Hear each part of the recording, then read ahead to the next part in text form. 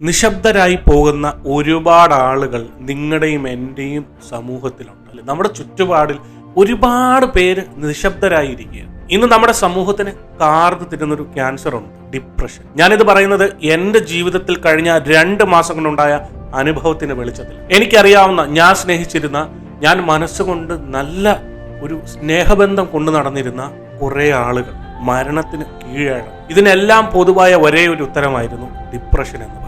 Depression എന്ന് പറയുന്ന ഈ ഒരു കാര്യം ഇന്ന് നമ്മുടെ സമൂഹത്തിൽ നിങ്ങളിലും എന്നിലും എല്ലാം. ഡിപ്രഷൻ മാറാൻ നമ്മൾ ചെയ്യേണ്ടത്, നമ്മൾ ഒന്നെങ്കിൽ നമ്മൾ മറ്റുള്ളവരോട് തുറന്ന് സംസാരിക്കുക, ഇല്ലെങ്കിൽ നമ്മൾ നിശബ്ദതയിൽ നിന്ന് വെളിച്ചത്തിലേക്ക് തിരിച്ചു വരിക എന്നുള്ളതാണ്. ഈ ഒരു ഡിപ്രഷനിൽ ഇരിക്കുന്ന സുഹൃത്തുക്കൾ നിങ്ങൾക്കും ഉണ്ടാകും, എനിക്കും ഉണ്ടാകും. എനിക്ക് വന്ന അനുഭവം നിങ്ങൾക്കുണ്ടാകും.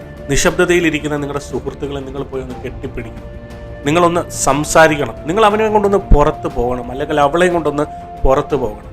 ഈ ഒരു ക്യാൻസറിൽ നിന്ന് നമ്മൾ അവരെ രക്ഷിക്കണം. കാരണം മരണം അവർ സ്വീകരിക്കുമ്പോൾ അവരുടെ ചുറ്റുമുള്ള അവരുടെ അച്ഛൻ, അമ്മ, ഭാര്യ, ഭർത്താവ്, മക്കൾ, സുഹൃത്തുക്കൾ, ഇവർക്ക് നഷ്ടമാകുന്നതും അവർക്ക് വരുന്ന ആ പെയിനിന് ഉത്തരം ആ മരണം ഒരിക്കലും കൊടുക്കും. തീർച്ചയായിട്ടും ഡിപ്രഷനിൽ ഇരിക്കുന്ന ഒരു സുഹൃത്ത് നിങ്ങൾക്കും ഉണ്ടാകും, അല്ലെ എനിക്കും ഉണ്ടാകും. ഇന്ന് വന്ന നഷ്ടം നാളത്തേക്ക് വരാതിരിക്കട്ടെ.